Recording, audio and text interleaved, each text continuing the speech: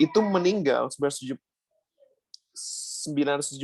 tahun, itu dia meninggal karena air bah.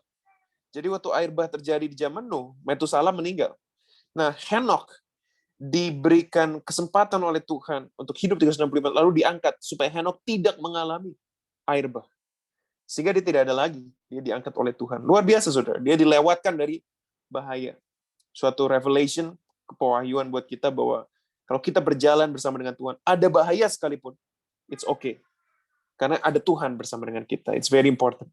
Ya, saya selalu bilang ke jemaat yang saya layani, lebih baik berjalan bersama dengan Tuhan melewati lembah daripada berjalan sendirian di padang rumput.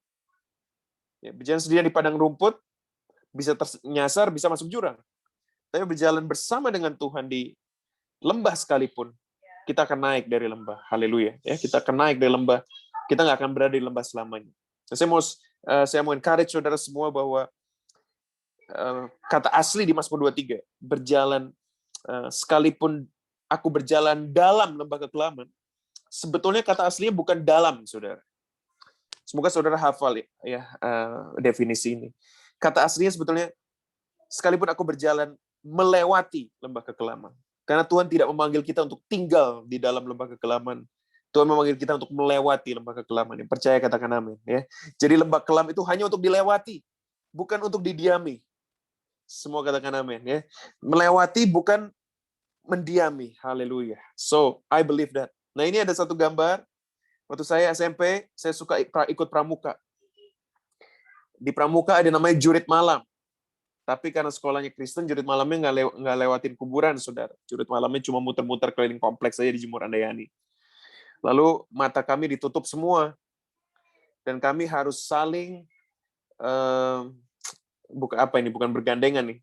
Ini berbaris begitu ya, memegang orang di depan kami. Lalu saya sebagai ketua regu, saya berjalan di paling depan. Dengan mata tertutup dan saya pegang tangan pembina saya. Pembinanya di depan tentunya matanya terbuka, ya, matanya tidak ditutup. Dia menuntun jalan. Ada beberapa pilihan pembina. Pembina yang biasa melayani kita, biasa memimpin kita, dan ada satu pembina baru. Saya pilih pembina baru ini karena waktu saya lihat gelarnya cukup tinggi. Ya. Di pramuka dia sudah gelarnya macam-macam, dia dari lulusan apa, begitu saya nggak tahu juga, nggak ingat, tapi dia orang yang sangat dihormati, jadi saya pikir, wah ini pembina paling top. Saya mau berjalan dengan pembina yang paling top, menggandeng tangan pembina yang paling top, karena saya percaya kalau saya gandeng tangan dia, walaupun mata saya tertutup, saya pasti sampai ke tujuan dengan selamat tanpa kekurangan suatu apapun. Ternyata saya salah, saudara. Waktu saya berjalan bersama dengan dia di depan, saya kebentok tiang listrik kepala saya. Untung nggak berdarah-darah, benjol besar sekali. Dan akhirnya semua barisan berhenti, lalu saya bilang stop, lalu saya hentikan semuanya, akhirnya ya dirawat dulu sebentar, terus kita berjalan lagi. Lalu pembinanya cuma bilang gini ke saya, makanya kamu jalan hati-hati. Dalam hati saya, bagaimana bisa hati-hati orang mata kita tertutup? Firman Tuhan berkata bahwa kita ini berjalan bukan dengan mata, tapi dengan iman. We walk by faith and not by sight. Tapi pertanyaannya adalah, di manakah kita menaruh iman kita? Apakah kita menaruh iman kita kepada pembina kita, ya, mentor kita, pimpinan kita, bos, bahkan kepada pendeta kita, gembala kita? Atau kita menaruh iman kita kepada gembala yang agung, yaitu Tuhan Yesus sendiri? Maka itu penting untuk kita waktu kita berjalan, terutama waktu kita berjalan di tengah-tengah jalan di mana kita tidak bisa melihat. Ya, COVID ini seperti satu lembah yang gelap, di mana kita tidak bisa melihat kapan COVID berakhir. Ya, kemarin ini sempat mereda, hospital juga sempat oke, tiba-tiba meledak lagi. Di UK sudah confident sekali mereka buka buat tourism, karena katanya yang divaksin sudah lebih dari 50%. Sangat-sangat pede, sangat-sangat pede. Ternyata naik lagi sekarang di UK. USA sama juga. Ya, jadi naik turun. Australia sedang kebingungan, sedang ketakutan. New South Wales, Sydney lockdown, padahal penambahan kasus sehari hanya 35. Di Indonesia nambah 5.000 baru lockdown, Bapak Ibu ya. Tapi ini tambah 35 orang sudah lockdown di Sydney. So, apa sih artinya berjalan bersama dengan Tuhan? Kata berjalan dalam bahasa Ibrani terambil dari kata halak, yang artinya pergi dan berjalan bersama. Bukan berjalan hanya satu trip, tapi berjalan selama-lamanya. Maka itu kenapa di bahasa Indonesia oleh Lembaga Alkitab Indonesia, terjemahan yang diambil adalah bergaul. Bahkan di Kejadian 6 ayat 9, waktu Nuh dikatakan, Nuh itu hidup bergaul dengan Allah. Padahal kata aslinya, walk with God. Kata aslinya, berjalan bersama Tuhan. Tapi kok diterjemahkan nama di Indonesia kok bergaul? Iya. Karena begini, saudara. Kalau kita mau berjalan bersama dengan Tuhan, kita perlu ada keintiman dengan Tuhan. Kita perlu ada kedekatan dengan Tuhan. Akhirnya orang-orang yang hanya berjalan bersama dengan Tuhan tanpa ada keintiman, tanpa ada kedekatan, akhirnya waktu masalah datang, waktu masalah terjadi, waktu apa yang diharapkan tidak terjadi, pasti akan batal. Ya, jadi ganti. Nggak lagi gandeng tangan Tuhan, gandeng tangan Tuhan atau gandeng tangan orang lain. Kenapa? Karena hanya orang tertentu, hanya orang yang mengejar Tuhan, hanya orang yang sungguh-sungguh bergaul dengan Tuhan, itu bisa berjalan selamanya. Saudara ingat waktu Paulus sudah mau meninggal, dia berkata kepada gini, bagi diriku sendiri darahku sudah mulai dicurahkan. Dia bilang, udah mulai dipukulin, sudah mulai berdarah-darah. Lalu dia bilang, aku telah mengakhiri pertandingan yang baik. Ya, I have kept my faith. Dia sudah berjalan bersama dengan Tuhan sampai garis akhir. Dia bilang, aku sudah mencapai garis akhir. Tuhan sudah menyediakan mahkota bagiku. Haleluya. Saudara, kita kalau bisa memegang iman sampai garis akhir, luar biasa. Itu berarti kita sudah berjalan dengan Tuhan. Saudara, by the way, COVID ini memang satu cobaan yang luar biasa buat seluruh umat percaya dan seluruh dunia ini. Tapi yang saya tahu satu hal begini, saudara. Tuhan selalu menang. Kenapa? Kalau sampai ada orang yang kita kasihi, mereka kita doakan, Tuhan sembuhkan, dan Tuhan sembuhkan. Amin, Tuhan menang, mujizatnya dinyatakan. Kalau ada orang yang kita kasihi didoakan, kita doakan, Tuhan sembuhkan, tapi ternyata Tuhan tidak sembuhkan, justru Tuhan panggil ke sorga. Tuhan tetap menang. Kenapa? Karena orang-orang yang dipanggil itu, yang meninggal, itu waktunya sudah selesai. Tuhan tidak mengirimkan COVID, tapi Tuhan menggunakan COVID untuk memanggil anak-anaknya. Berarti Tuhan mengasihi kita. Berarti dia sudah berjalan sampai garis akhir memelihara iman. Buat saya itu kemenangan, saudara. Buat saya itu kemenangan. Ya, Kolose 2 ayat 6 berkata, kamu telah menerima Kristus Yesus Tuhan kita, karena itu hendaklah hidupmu tetap di dalam Dia. Sama bahasa Inggrisnya. Therefore, as you receive Christ Jesus the Lord, so walk in Him. Terus, saya mau encourage seluruh anggota PD Caset untuk berjalan terus di dalam Tuhan. Justru di tengah kesesakan, kita harus berjalan di dalam Tuhan lebih dalam lagi dan lebih dalam lagi. Nah, kalau saudara sudah mengerti dan sepakat hari ini, iya penting ya berjalan dengan Tuhan. Saya yakin saya mau berjalan dengan Tuhan. Lalu bagaimana caranya? Bagaimana caranya kita berjalan dengan Tuhan? Biar saya mau sharing buat saudara, ada satu kata malam ini yang semoga semua bisa hafalkan. Satu kata saja. Bagaimana sih berjalan dengan Tuhan? Caranya cuma satu, saudara. Sepakat. Ya, sepakat. Sepakat ini penting sekali bukan cuma dalam kekristenan. Dalam segala hal sepakat penting. Sepakat dalam keluarga, sepakat dalam pasangan rumah tangga, bagaimana mengelola uang, sepakat bagaimana membesarkan anak, sepakat bagaimana ke kota mana kita pergi. Waktu saya mendapatkan panggilan dari Tuhan Yesus bilang, karena saya selama 10 tahun khotbah pulang pergi Jakarta, Australia. Tuhan bilang, Riza kembali, Riza kamu ke Indonesia, saya tidak perlu kamu berkhotbah, saya mau kamu menggembalakan. Khotbah dan gembalakan beda sebenarnya. Saya khotbah di sini paling sejam selesai, tapi kalau saya menggembalakan, seumur hidup saya harus menggembalakan. Waktu saya dapat ini, saya harus share ke istri saya. Waktu istri saya mendengar ini, ternyata Tuhan sudah bicara juga dengan dia. Ada kesepakatan. Kalau nggak sepakat, nggak mungkin kita bisa melayani. Nggak mungkin. Isi saya dari dulu amit-amit ya, karena opanya pendeta dan polisi, papinya pendeta dan bisnismen. Dia bilang, udah deh, cukup opa pendeta, papi pendeta. Kalau suami nggak mau pendeta, dapat suami pendeta juga. Dan bukan cuma suami pendeta, dianya juga harus menggembalakan. Karena nggak bisa lari dari panggilan Tuhan. Namanya berjalan dengan Tuhan harus ada kesepakatan. Sepakat. Ini saya berikan ilustrasi gambar ini, karena waktu sepakat itu apa aja sih sepakat? Sepakat buat saya ada 2 elemen dalam sepakat. Yang pertama sepakat kemana kita mau pergi, arahnya. Ya ini di satu taman, kita keliling-keliling taman ini dengan 2 stroller, itu kereta, itu bukan bayi sih ya, ini anak-anak udah gede, cuma mereka manja jadi pakai pakai kereta terus ini anak-anak. Nah jadi harus sepakat kemana kita mau pergi, ke bagian mana di taman ini kita mau datang. Yang kedua sepakat dalam hal kecepatan. Tinggi saya 183 cm, tinggi istri saya 163 cm. Beda 20 cm itu langkah kaki jauh, saudara. Ya, tinggi saya sama persis dengan Ronaldo Brazil. Tapi main bolanya sangat berbeda dengan Ronaldo, saudara. Ya, mungkin dia lebih bagus sedikit lah dari saya. Tapi saya kalau jalan cepat, saudara. Jadi kalau saya jalan dengan istri saya, kalau saya nggak lihat ke belakang, kalau saya nggak aware, kalau saya nggak hati-hati, saya udah bisa jauh di depan, istri saya udah hilang di belakang. Sampai kadang-kadang saya harus telepon, kamu di mana? Dia bilang, saya jauh di belakang kamu, terlalu cepat. Ya, kita sepakat arahnya kemana, tapi kecepatannya tidak sepakat. Maka itu sepakat, itu penting. Di Alkitab Amos 3:3 berkata, berjalankah 2 orang bersama-sama jika mereka belum berjanji? Kata berjanji ini sepakat, yawat. Artinya bertemu, berkumpul, bersepakat. Banyak orang mau berjalan dengan Tuhan, tapi nggak sepakat. Apanya sepakat dalam apa? Arahnya nggak sepakat. Ya, arahnya nggak sepakat. Saudara mau saudara maunya ke kiri, Tuhan mau ke kanan. Saudara mau berbisnis A, Tuhan mau saudara berbisnis B. Ya, banyak businessman pengen jadi pastors. Oke lah, it's okay. Kalau memang panggilan Tuhan, nggak apa-apa. Banyak pastors mau jadi businessman. Nah, ini hati-hati, saudara.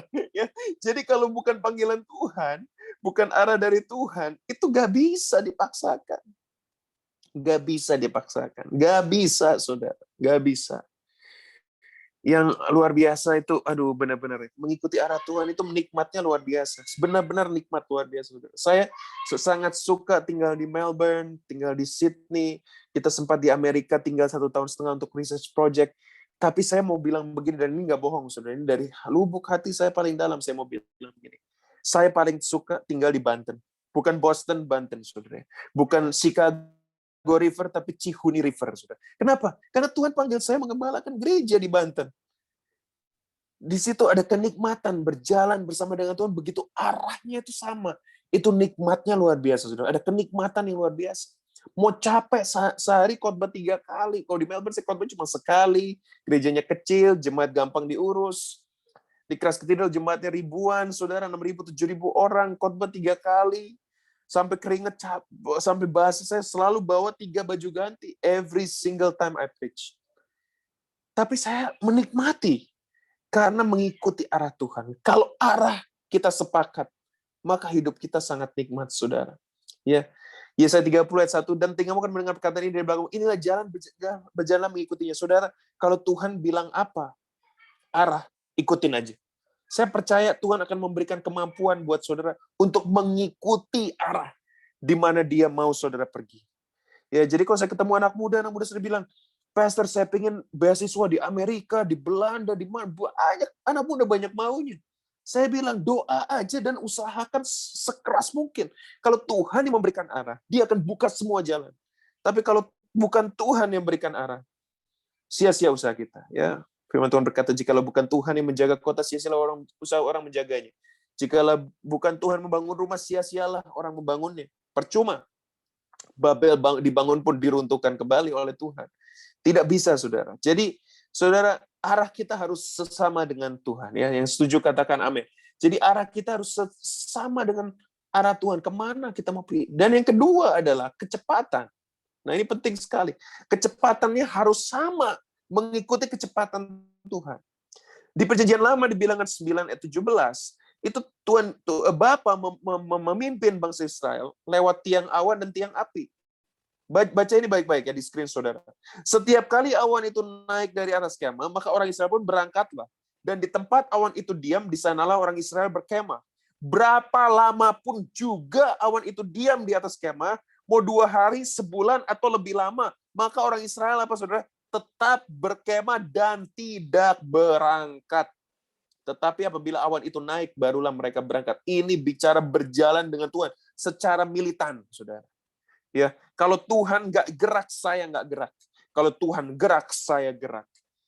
Banyak kita merasa sudah dipenuhi Roh Kudus. Kita lakuin semuanya. Bisnis A, B, C, D, E. Semua tender kita hajar. Ya, semua customer kita mau ambil. Semua bidang saham apapun kita coba semuanya. Sekarang lagi zaman anak-anak muda investasi di Bitcoin, saudara ya. Cryptocurrency. Istri saya tanya, kamu nggak coba? Saya bilang, saya nggak mau coba-coba. Tapi kalau Tuhan yang menggerakkan hati saya akan coba. Saya boleh pelajari semuanya. Kalau nggak ada conviction, nggak ada keyakinan, saya nggak main-main, saudara. Ada properti, ditawarin ini, ditawarin itu, enggak. Tapi satu kali Tuhan bicara, kamu beli, saya ambil. Saya ambil. Kita ada ambil properti di Brisbane 5 tahun yang lalu, dan puji Tuhan nilainya meningkat di tengah krisis. Karena waktu lagi ditawarin, Tuhan bicara. Ambil, Riza. Saya ambil. Puji Tuhan. Ya, ceritanya panjang ini. Tapi lewat properti itu Tuhan menyelamatkan kami dari kebangkrutan sebetulnya. Lewat properti 2 itu. Dan itu karena kecepatan. Ya, kecepatannya Tuhan. Nah, kecepatan ini penting. Karena apa? Karena seringkali kita orang percaya berpikir bahwa kecepatan ini, kalau bersama dengan Tuhan, pasti cepat ya, Pastor. Bukan, saudara. Waktu saya bilang kecepatan bukan berarti cepat-cepat. Kecepatan ini space, ya, speed. Bukan berarti paling cepat loh, saudara. Ya, kecepatan itu bisa 30 km per jam, 20 km per jam, 60 atau 100. Itu tergantung Tuhan. Nah, kadang-kadang Tuhan sepertinya lambat, tapi zaman itu, kenapa kok Tuhan bisa 2 hari, sebulan, nggak gerak-gerak itu tiang awan? Pasti kalau saudara jadi orang Israel gemes, saudara ya. Kenapa kok Tuhan nggak gerak-gerak? Padahal sengaja nggak bergerak karena Tuhan menyembunyikan bangsa Israel dari musuh-musuhnya. Mereka nggak banyak senjata, saudara. Ya, mereka bukan bangsa yang dilatih berperang. Mereka ini budak yang keluar dari tanah Mesir. Dihindarkan Tuhan dari musuh-musuh menggunakan tiang awan dan tiang api. Orang yang nggak ngerti akan coba jalan sendiri, matilah jalan sendiri, saudara. Ya, Tuhan itu sepertinya lambat, kok bisa berbulan-bulan nggak ngapa-ngapain. Tapi itu sebetulnya menghindarkan kita dari musuh. Apakah saudara dan saya sudah mengikuti kecepatan Tuhan? Jangan-jangan saudara terlalu cepat, ya Tuhan belum bicara, saudara sudah ambil keputusan. Atau saudara terlalu lambat, Tuhan sudah bicara, tapi saudara tidak ambil keputusan. Saudara, kesaksian ini segar nih kesaksian. Jemaat saya juga belum dengar. Ya, jadi saya saat ini lagi di Sydney. Kemarin kita baru landing, tiba di Sydney. Nah, saudara, rencana awal dari bulan lalu, rencana awal saya hanya berangkat ke Sydney sendirian. Istri dan anak-anak biar di Indonesia karena ada pembantu yang membantu dan juga ada keluarga. Saya pikir sudah anak dan istri di Indonesia saja. Ya, anak saya sekolah di Banten juga, walaupun online saat ini semuanya online. Tapi 2 hari berapa hari ya? Iya, 3 hari sebelum saya berangkat, tiba-tiba saya merasakan dalam hati saya, anak-anak sama istri lebih baik ikut. Terus saya ajak ngomong istri saya bilang, ini ada penting. Padahal saya udah packing semua. 3 hari ya, 3 hari. Saya bilang, kamu sama anak-anak ikut. Tiba-tiba istri saya bilang, Tuhan sudah bicara buat saya. Sebetulnya lama ikut, tapi saya nggak mau. Dia bilang, karena kepikiran, nggak ada yang bantuin di Australia, repot dan lain sebagainya. Ternyata Tuhan sudah bicara, ikut. Waduh. Dalam saat yang sama, saudara, pemerintah Australia mengeluarkan keputusan. Semua penerbangan ke Australia dipotong 50%. Sehingga pesawat semakin tidak bisa masuk ke Australia. Karena COVID, ya ketakutan. COVID, Australia sedang tutup pintu rapat-rapat. Sehingga saya ke internet, tiket saya yang tadinya hari Sabtu mau dimajukan, nggak bisa. Saya lihat tiket kosong. Tapi percaya ini loh, saudara. Percaya ini, saudara. Kalau Tuhan yang kasih arah. Kalau Tuhan yang kasih arah, saudara, pasti dia akan membukakan jalan. Ya, Tuhan begitu ajaib. Dia membukakan jalan, saudara. Apa yang terjadi? Pertama, hari Minggu, itu selesai kebaktian. Saya akhirnya book aja tiket buat buat istri saya dan anak dulu. Ya, buat istri dan anak dulu. Book aja tiketnya. Saya belum dapat, Zayden belum dapat. Jadi baru istri sama Zevi. Lalu setelah itu saya cek lagi berapa jam kemudian sorenya. Tiba-tiba ada yang available. Oke, Zayden. Jadi Zayden, Zevi, istri saya. Waduh, satu ibu, dua anak. Gimana ini ngurus? Ya nggak apa-apa, saya bilang. Yang penting saya nyusul lah nanti. Saya nyusul. Terus besoknya, saudara, dapat satu tiket. Setelah saya beli tiket itu, habis semua, sudah. Saat ini teman-teman saya dari Jakarta mau ke Sydney, Brisbane, Adelaide, Perth, Melbourne. No. Itu tiket nggak ada sama sekali. Kami bisa duduk satu row barengan, saudara. Di pesawat yang begitu kosong. Itu bukan karena pesawatnya penuh. Tiket kosong karena pemerintah meng-cut. Jadi SQ cuma dapat mungkin 10 penumpang diperbolehkan, ya. Garuda cuma mungkin dapat 10. Jadi benar-benar nggak ada tiket. Tapi luar biasanya kecepatan Tuhan, saudara. Saya udah telepon Singapore Airlines. Nggak bisa bantu. Merinding loh saya cerita. Saya telepon Singapore Airlines, nggak bisa bantu. Saya telepon orang-orang, nggak ada yang bisa bantu. Tapi Roh Kudus pada saat yang tepat menggerakkan saya, coba online. Ada tiket, saudara. Dan dapat kecepatan Tuhan begitu luar biasa. Dia tidak pernah terlalu lambat. Dia tidak pernah terlalu cepat. Karena kecepatannya selalu sempurna. Maka itu saya katakan, perfect pace leads to perfect peace. Ya, kecepatan yang sempurna akan menghasilkan damai sejahtera yang sempurna. Kalau saudara ada damai sejahtera, ada mengikuti kecepatan Tuhan, pasti saudara hidup dalam damai sejahtera. Karena saudara tahu ini pasti Tuhan. Ini pasti Tuhan. Saudara, saya dulu itu orangnya planner sekali. Semua saya plan. Hari pertama ngapain, kedua ngapain, ketiga ngapain, keempat. Tapi sekarang saya planner, tapi saya lebih berani, ya, nekat dalam tanda kutip. Kalau Tuhan suruh, langsung lakukan. Haleluya. Ya, saya sama istri saya udah kompak. Kalau Tuhan suruh gerakan apa, lakukan aja. Haleluya. Ya, apapun itu. Memberi, melayani, pergi, apapun itu, saudara. Investasi. Kalau Tuhan yang suruh, maka itu penting untuk kita memiliki pasangan yang di dalam Tuhan. Karena Tuhan bicara itu kedua sisi, saudara. Kedua pihak. Kalau, ini ya, Abraham dan Sarah. Ya, dua-duanya dapat janji dari Tuhan, tapi dua-duanya lemah. Sehingga Sarah menawarkan, udahlah kamu sama Hagar aja. Ya, Abrahamnya juga jatuh, ya sudahlah. Ya, jangan-jangan Tuhan lupa dengan janji. Padahal Tuhan tidak pernah lupa, saudara. Kalau kita berjalan bersama dengan Tuhan, dia tepati janjinya. Coba Sarah sabar nunggu, Abraham sabar nunggu. Itu, maka semuanya akan lebih baik buat anak-anaknya waktu itu. Tapi seringkali kita nggak sabar nunggu, kita mendahului Tuhan. Makanya itu tadi saya bilang, kecepatannya itu. Kita sudah tahu arahnya, oke, aman. Ya, puji Tuhan, saya percaya arahnya. Tapi kecepatannya kita lebih cepat dari Tuhan, mendahului Tuhan. Ya, ahead of God. Jangan kita mendahului Tuhan, sudah nggak bisa. Kalau kita mendahului Tuhan, akhirnya kita terlalu kecepatan, kacau semua, hancur semua. Kalau kita terlalu lambat, juga ketinggalan kereta. Jadi paling tepat adalah kita mengikuti arahnya Tuhan dan kecepatannya Tuhan. Saudara, firman Tuhan, apabila di hari ini engkau mendengar suaranya, janganlah keraskan hatimu terhadap panggilan Tuhan. Amin. Jadi kalau Tuhan sudah memanggil, saudara mengerjakan sesuatu, jangan keraskan hati. Apalagi di tengah-tengah COVID seperti ini, saudara. Penting sekali loh, saudara. Mau ke Indomaret pun, mau ke supermarket pun, tanya Tuhan dulu. In Jesus' name, ya. Doa, bahkan saya kalau sampai harus ke supermarket, saya bazarul, saudara. Ya, pakai double mask, kan bazarul, kira maya syakaralaba. Minta perlindungan Tuhan, kalau harus banget loh. Ya. Apa lagi? Kalau Tuhan suruh pergi. Tapi kalau Tuhan nggak suruh, waduh, saudara, doa dulu deh.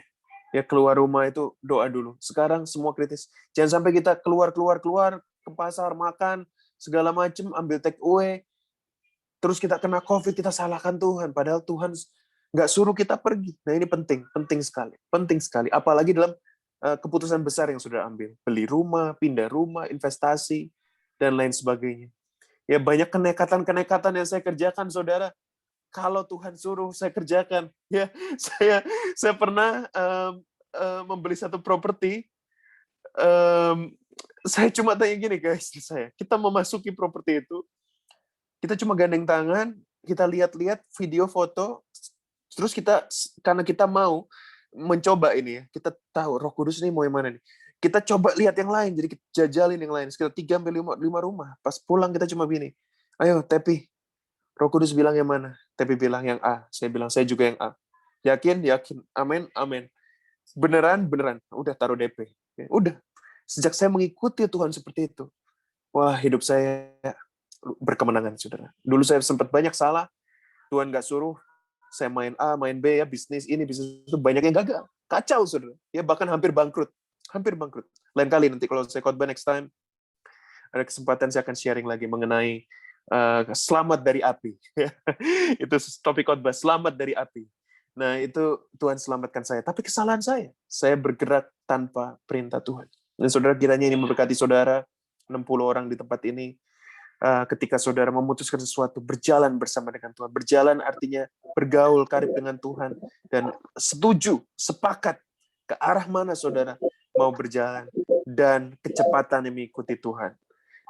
Kiranya Tuhan Yesus memberkati saudara, terus berjalan bersama dengan Tuhan, mulai hari ini sampai Tuhan Yesus datang kedua kalinya di dalam berkat nama Tuhan Yesus. Amin. Ya, bagaimana pas saya tutup dalam doa dulu khotbah ini atau nanti doanya? Terima kasih, Pastor Risa. Belum ditutup dulu, karena nanti masih ada tanya jawab ya. Terima kasih, silakan. firman Tuhan luar biasa. Ya, puji Tuhan, pasti kita semua dapat berkatnya. Dengan kesaksian-kesaksian yang luar biasa, sungguh suami istri ya sama-sama hamba Tuhan bisa berjalan demikian indah ya. Oke, sebelumnya kami berikan kesempatan kepada Bapak Ibu yang mau ada pertanyaan sehubungan dengan firman Tuhan malam hari ini, berjalan bersama Tuhan, ataupun mungkin ada pertanyaan-pertanyaan lain. Silakan, waktu dan kesempatan kami berikan kepada Bapak Ibu. Boleh bicara langsung atau melalui chatting.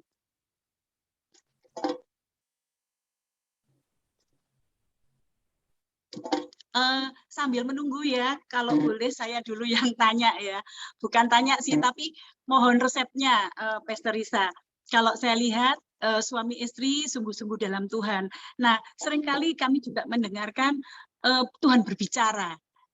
Saya ingin mendapat istilahnya pencerahan. Bagaimana sih syaratnya kita tuh bisa mendapat, bisa mendengar suara Tuhan? Kok rasanya enak gitu? Oh, Tuhan berbicara, misalnya berbicara kepada pastor, kemudian dengan istri, terus juga anak-anak. Nah, itu syaratnya bagaimana supaya kita itu bisa mendengar jelas pimpinan Tuhan atas hidup kita. Itu, Pastor. Iya, bagus sekali pertanyaannya. Bentar ya. Bagus sekali pertanyaannya, Bu Dia. Jadi, Tuhan bicara bisa lewat berbagai hal. Ya, Bapak, Ibu, Saudara semua. Jadi, Tuhan bicara sama seperti kita bisa telepon, bisa ketemu langsung, bisa teks, ya. Tuhan bicara bisa lewat firman yang kita baca setiap hari. Kadang-kadang ada yang muncul begitu, kena gitu ya. Tuhan bisa bicara lewat pastor, gembala. Saya selalu bilang, saya rekaman khotbah setiap minggu, gembala gereja lokal di mana saudara ditempatkan. Jadi saya percaya sekali bahwa Tuhan bicara lewat gembala gereja lokal. Itu Tuhan sudah atur semuanya. Dan yang ketiga adalah Tuhan bicara secara langsung, verbal. Ya, verbal itu bisa dalam hati, ada satu dorongan kuat gitu, merasakan dorongan kuat melakukan sesuatu atau tentang sesuatu. Ini istri saya ternyata menutupin selama ini. Katanya dia setiap doa Tuhan bilang pergi, kamu pergi, ikut Riza ke Australia, tapi ke Sydney. Tapi dia nggak ngomong ke saya karena dia mungkin takut repot gitu ya. Jadi istri saya lebih tajam yang sering kali dengar gitu. Atau keempat adalah nggak dengar, tapi discerning spirit. Jadi lagi mau pergi kemana gitu, tiba-tiba nggak damai aja. Nggak damai, nggak enak gitu. Nggak enak. Wah, ini udah pertanda firasat, kalau orang lama bilang firasat gitu ya. Sebenarnya firasat itu Tuhan mencoba untuk dengan rohnya itu untuk berikan kita rasa nggak enak, untuk kita nggak lakuin itu. Ya, jadi lebih ke arah warning gitu.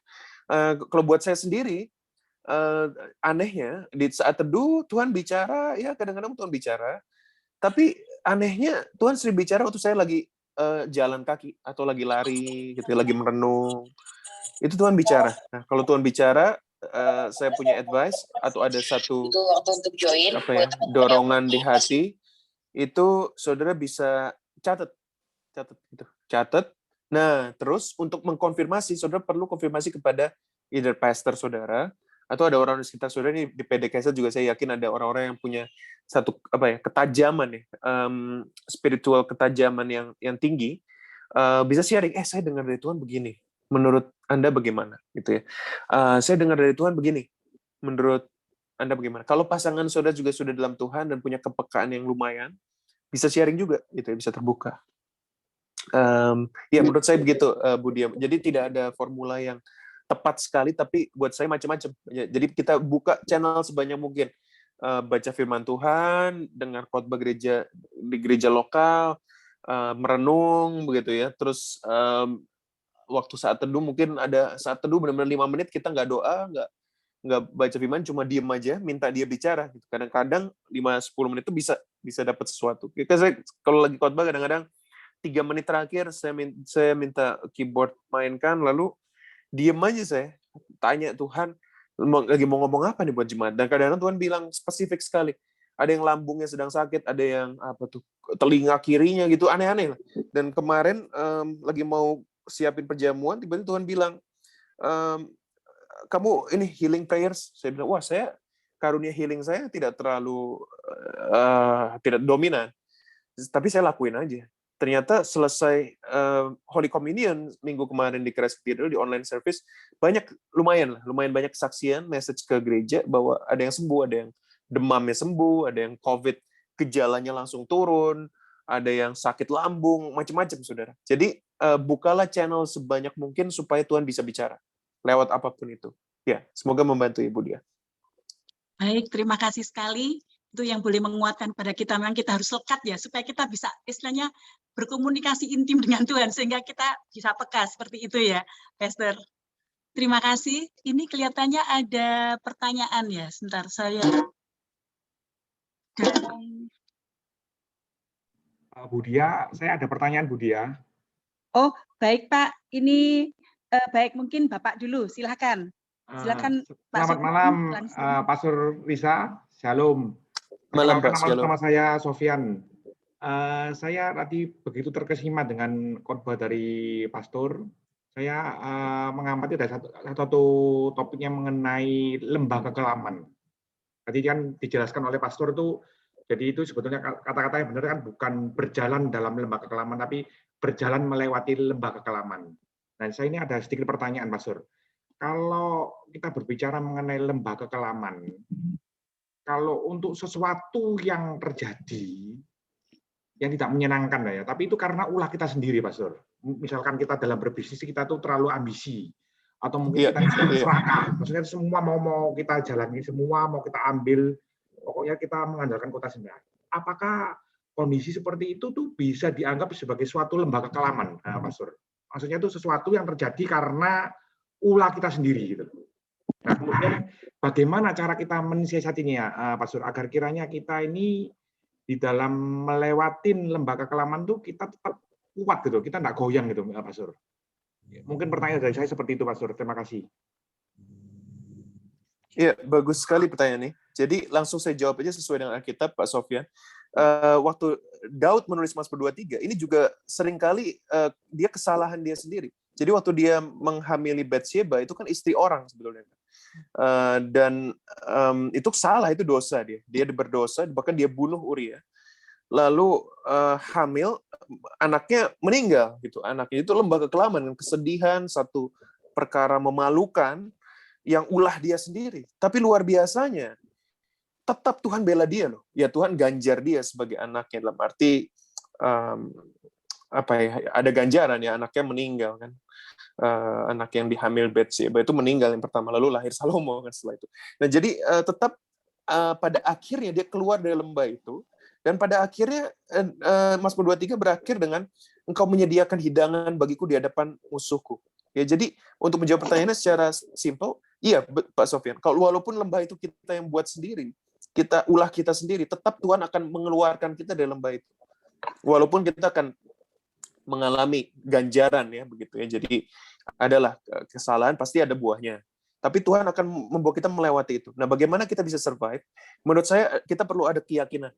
Keyakinan bahwa begini, walaupun saya buat salah, secara sengaja maupun nggak sengaja. Dan karena saya sudah minta maaf sama Tuhan, saya sudah minta ampun sama Tuhan, dan saya sudah bertobat, berbalik dari jalan itu paling penting, Pak Sofyan. Jadi bukan hanya menyesal, tapi berbalik. Nah, jadi waktu saya juga buat kesalahan kan bisnis, aduh ini Tuhan nggak suruh ternyata.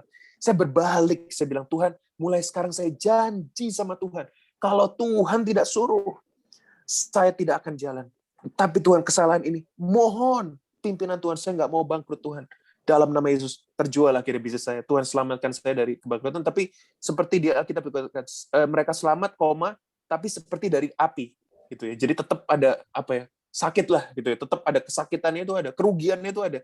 Tapi dari situ saya belajar. Nah itu bukti nyata Tuhan itu, memang dia pernah bilang juga di Alkitab, sekalipun jikalau kamu tidak setia, aku tetap setia karena aku tidak bisa menyangkal diriku sendiri. Hebatnya Tuhan kita begitu. Selama kita pegang tangannya, kita bertobat, kita minta maaf, dan kita berbalik dari jalan yang salah itu, Tuhan akan mengeluarkan kita dari lembah itu. Bahkan endingnya, ya akhir daripada Mazmur 23 itu, engkau menyediakan hidangan bagiku di hadapan musuhku. Jadi akhirnya kita menang. Ada berkat di situ di hidangan ya, ada meja, ada berkat di situ, ada engkau mengurapi kepalaku dengan minyak, ada urapan baru, ada janji-janji Tuhan yang luar biasa. Sampai hari ini, saudara, Tuhan mencukupkan kebutuhan kami, ya, dan melimpah-limpahkan berkat. Walaupun kami pernah mengalami hampir kebangkrutan seperti itu. Dan saya harap itu menjawab ya Pak Sofyan. Jadi Tuhan tetap setia dan akan mengeluarkan kita dari lembah itu. Amin. Terima kasih, Amin. Pastor. Oke, terima kasih Pastor Risa untuk jawabannya. Ini masih ada 2 pertanyaan, mungkin juga nanti yang lain boleh menyusul. Boleh saya bacakan, Pastor? Ini yang Iya, dari silakan. Ya. Ini yang dari Bu Monica. Ada pertanyaan, suara dari Tuhan kadang disamakan dengan damai sejahtera yang kita terima. Bagaimana membedakan damai sejahtera ini? Apakah tanda dari Tuhan atau hanya karena keinginan kita yang menginginkan sesuatu tersebut? Demikian. Iya, semuanya firman Tuhan, bukan semua ada yang diperbolehkan itu membangun, gitu. Jadi gini, contoh, makan babi boleh nggak? Tuhannya boleh lah, gitu ya. Tapi apakah itu membangun? Apakah itu sehat? Itu kan ya sekali-kali oke lah, seminggu sekali. Tapi tiap hari bisa dibilang nggak dosa secara direct, gitu ya. Tapi kalau ditanya damai sejahtera, ya damai sejahtera gitu. Tapi damai sejahtera yang mengikuti keinginan daging gitu ya. Tapi jadi kalau hal-hal tertentu yang nggak berhubungan dengan dosa gitu ya, misalnya pilihan mobil, ya pilihan sepeda atau apa, anak sekolah di mana ya, begitu-begitu, itu masih zona-zona netral lah. Jadi kalau ada damai sejahtera, rasanya oke, Tuhan nggak bicara, ya sudahlah, lakukan saja.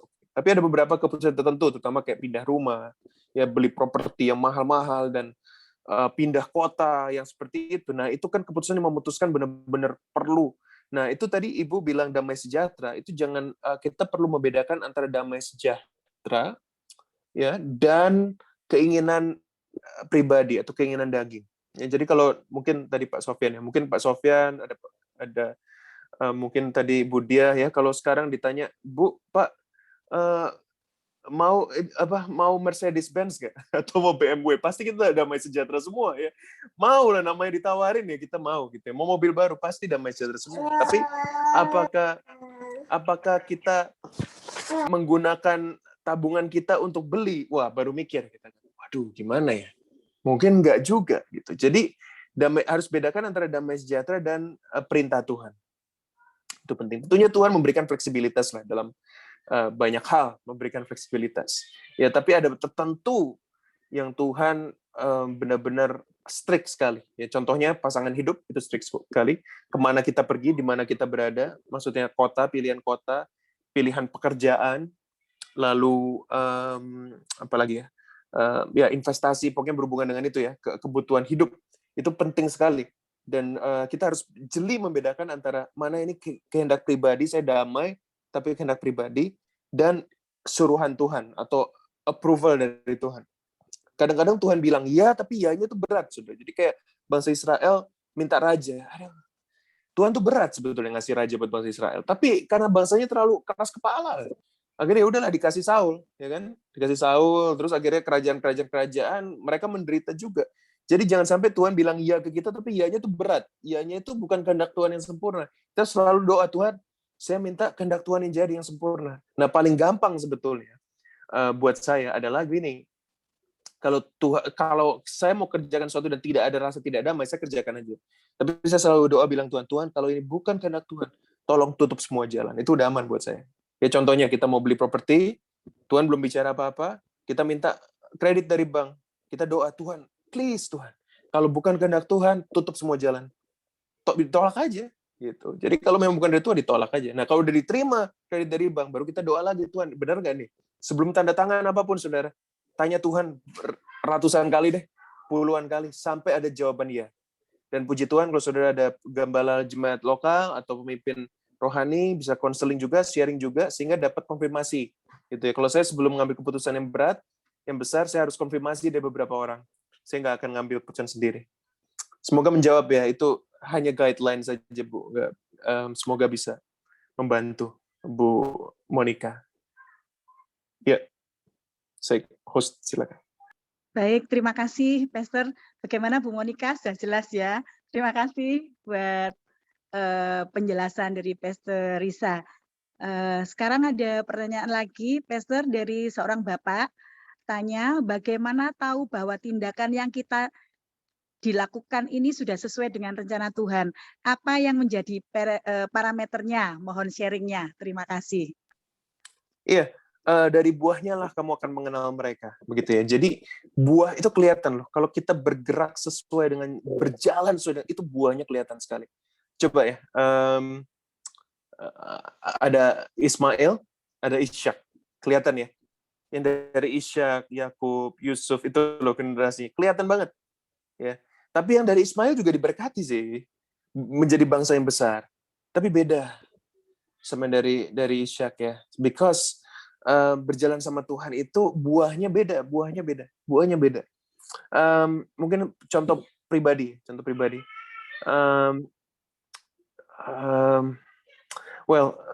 Saya melayani di Melbourne, panggilan Tuhan ya, kita plant a church together. Tapi ada tahun-tahun tertentu, I think 2015, 2016, Tuhan sudah banyak. Saya diserang sama anak bentar.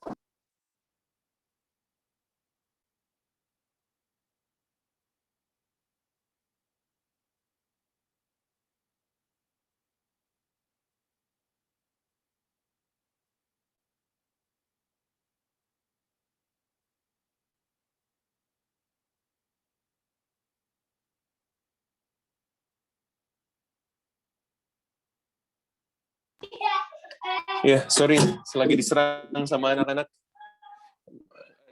Mereka kabur dari istri saya, serang saya di sini.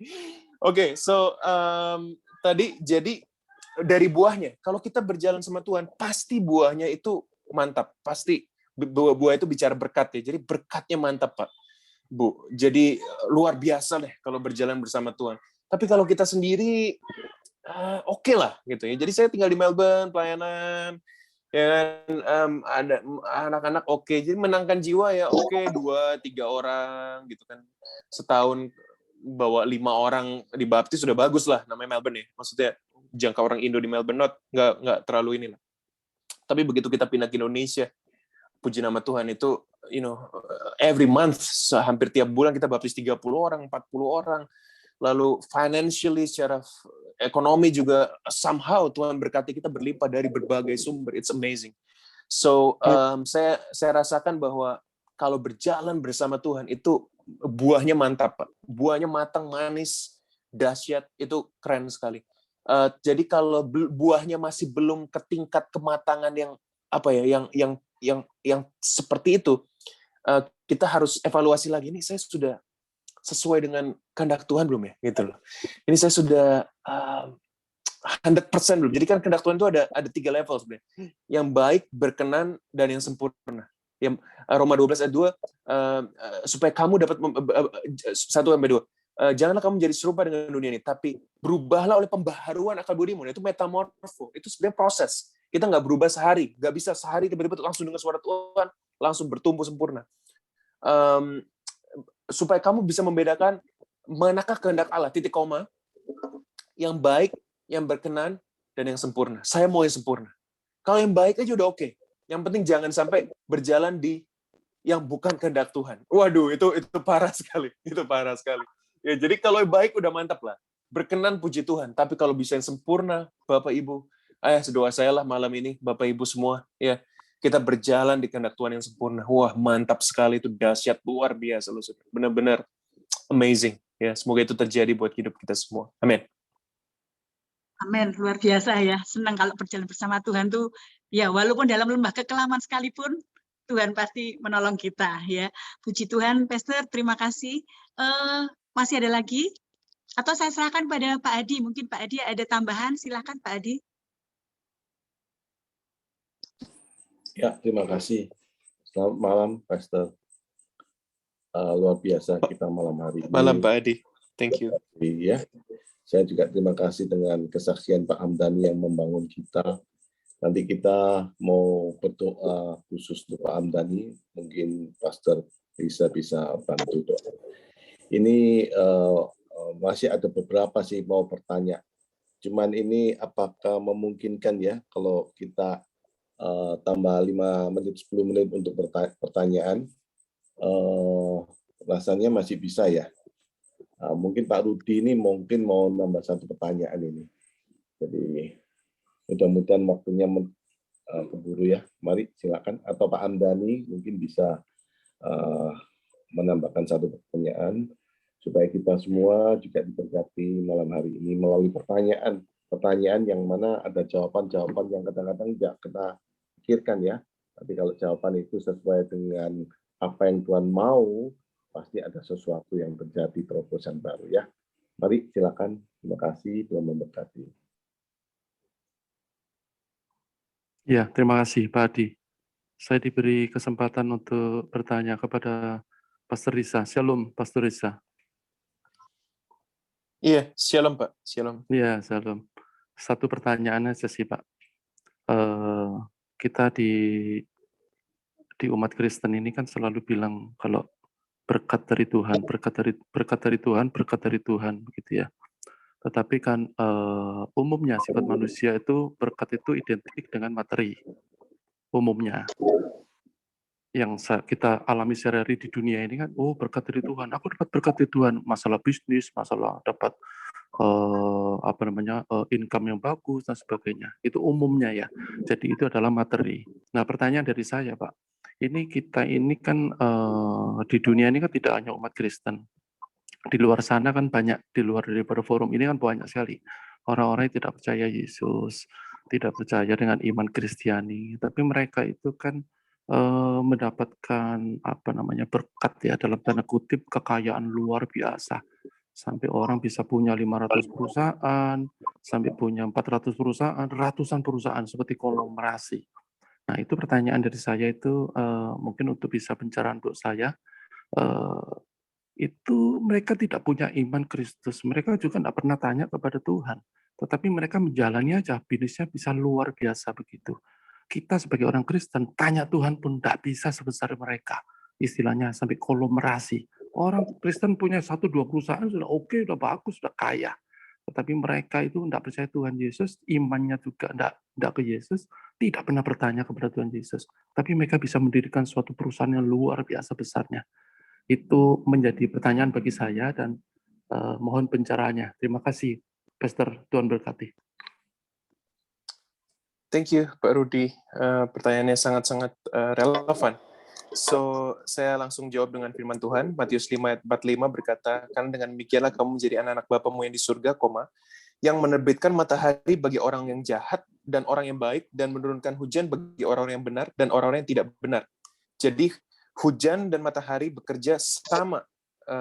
Buat orang benar dapat yang sama, orang baik dapat yang sama. Bedanya bagaimana orang benar, baik, dan orang jahat dan tidak kenal Tuhan mengelola apa yang Tuhan sudah berikan di dunia ini. Ada orang tertentu yang tidak percaya kepada Tuhan, tapi punya IQ yang sangat tinggi, atau dia punya kemampuan yang sangat hebat. Memang itu natural, diberikan kemampuan oleh pencipta.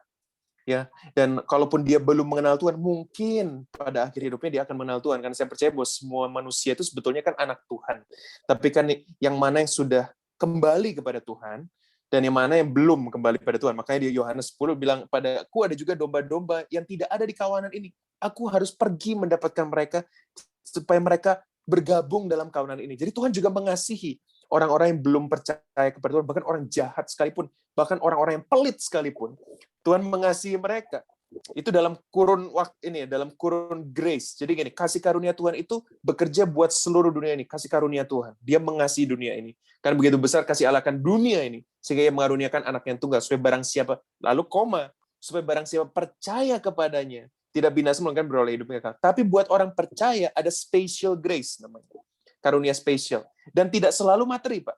Bahkan di Pengkhotbah pasal 2 itu Salomo berkata, banyak yang berkata bahwa Pengkhotbah pasal 2 ini ditulis Salomo waktu dia Pengkhotbah 6 ayat 2. Orang yang dikaruniai ini ya, saya bacakan aja. Pengkhotbah 6 ayat 2, Salomo berkata begini, salah satu paling malang, ya paling menyedihkan, ada suatu kemalangan yang tak kulihat di bawah matahari yang sangat menekan manusia. Pengkhotbah 6 ayat 2. Orang yang dikaruniai oleh Tuhan kekayaan, harta benda, dan kemuliaan, sehingga dia tak kekurangan suatu apapun yang diinginnya. Tapi orang itu tidak dikaruniai kuasa oleh Tuhan untuk menikmatinya, melainkan orang lain yang menikmatinya. Inilah kesia-siaan dan penderitaan yang pahit. Jadi untuk menyambung yang Pak Rudi bilang tadi, ada orang tertentu, orang yang nggak mengenal Tuhan, kayanya luar biasa, konglomerasi segala macam, tapi mereka belum selamat. Mereka tidur mungkin nggak nyenyak, walaupun kasurnya udah terbaik, karena mereka nggak tahu jiwa mereka kemana. Itu kesia-siaan menurut Salomo. Kesia-siaan yang luar biasa.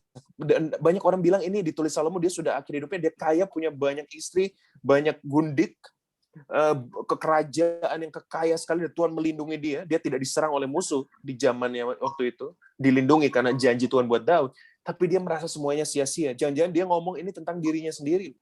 Dia punya banyak istri tapi nggak punya satu keintiman dengan best friend gitu ya, nggak ada yang benar-benar pasangan yang benar-benar dia cintai mungkin, sehingga kacau hidupnya. Tapi kita orang percaya, amin. Ada 60 orang lebih di tempat ini, kita orang percaya walaupun mungkin ya secara finansial kita nggak seperti orang-orang lain lah, konglomerat itu, orang di luar sana juga kita bilang kadang-kadang, waduh, kok lebih diberkati dari kita. Tapi kita bisa menikmati apapun yang Tuhan sudah berikan buat kita. Dan dalam nama Tuhan Yesus, amin, kita tidur nyenyak karena kita tahu kita kemana. Kita tahu kita pergi kemana. Di rumah Tuhan Yesus waktu kembali ke surga, dia janji sama kita, aku pergi untuk menyediakan tempat bagimu. Wah, saya satu kehormatan. Riza Kasidi disediakan tempat bagi Tuhan. Ada investasi di surga, ada rumah di surga yang jauh lebih megah daripada rumah di dunia ini. Dan itu menjadi harapan kita semua, walaupun ya harta kita di dunia ini bisa habis, walaupun rumah kita biasa-biasa, orang lain mungkin lebih luar biasa, tapi pegang Pengkhotbah 6 ayat 2 bahwa kita ini orang yang diberikan kuasa menikmati berkat yang biasa-biasa ini untuk di kekekalan nanti menikmati berkat yang luar biasa bersama dengan Bapa. Ya, jadi semoga itu menjawab ya Pak Rudi. Ya, terima kasih Pak Surisa. Soalnya ini ada pertanyaan dari teman saya. Dia itu kan orang baru pelayanan, menggebu-gebu, maunya cari jiwa. Nah, tapi dia curhat ke saya gitu loh. Pak, yang saya jangkau tuh orang kaya raya, Pak. Aku dihina, Pak. Loh, kenapa dihina? Bagaimana? Dihina bagaimana? Saya bilang, iya, kamu tuh secara rohani lebih dari aku. Tapi kalau cari duit, kamu tuh kalah pintar sama aku. Ya, tunjukkan dong bahwa kamu ikut Yesus lebih kaya dari aku. Wah, teman saya kan curhat ke saya gitu loh. Nah, saya jawab dengan bijaksana lah. Tapi saya kan ingin mendapat pencerahan lebih dari Pak Surisa. Thank you loh Pak atas jawabannya. Sangat memberkati saya. Pak Rudi.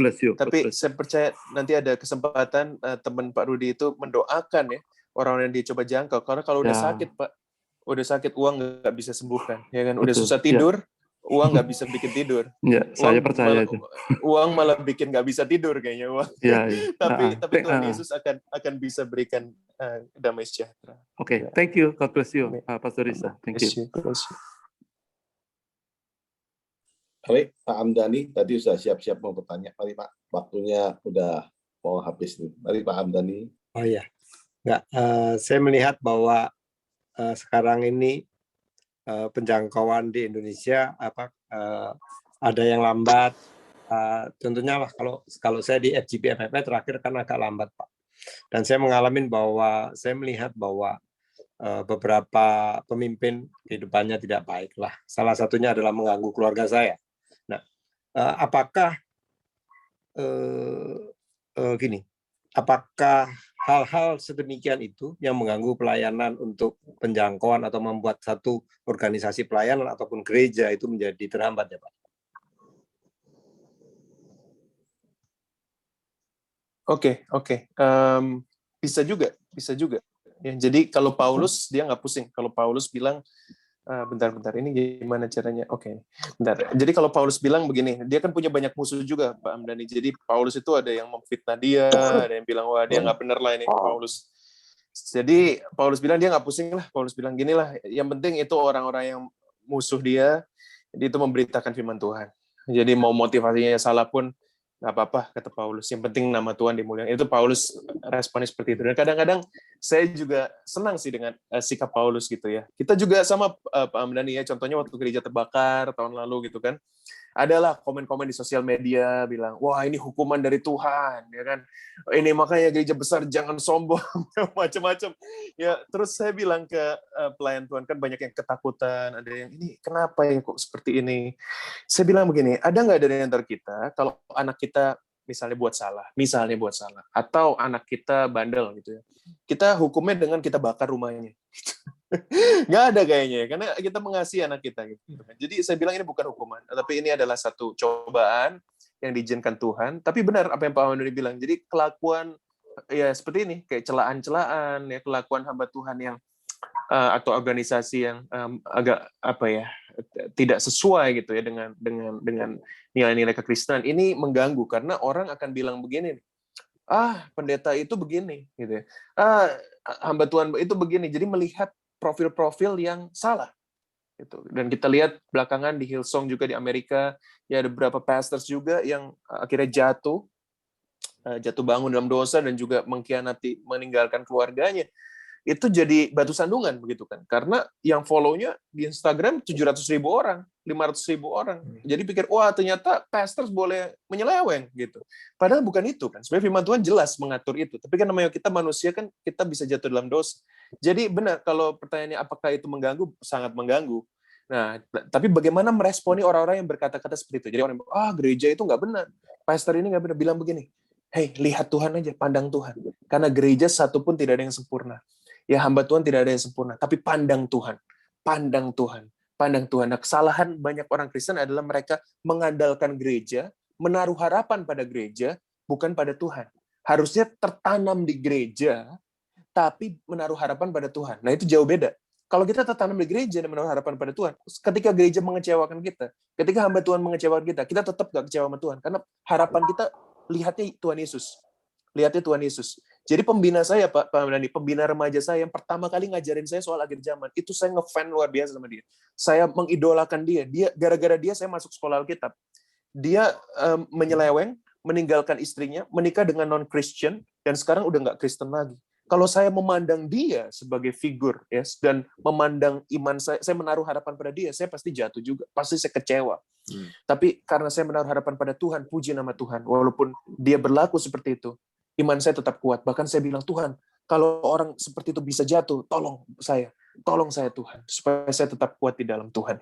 Jadi itulah respon kita, Pak. Kalau ada orang-orang yang mungkin bertanya, bilang pandang Tuhan saja. Ya.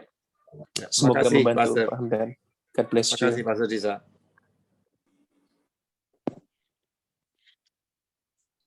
Luar biasa penjelasannya ya, Pastor ya. Pak Hadi.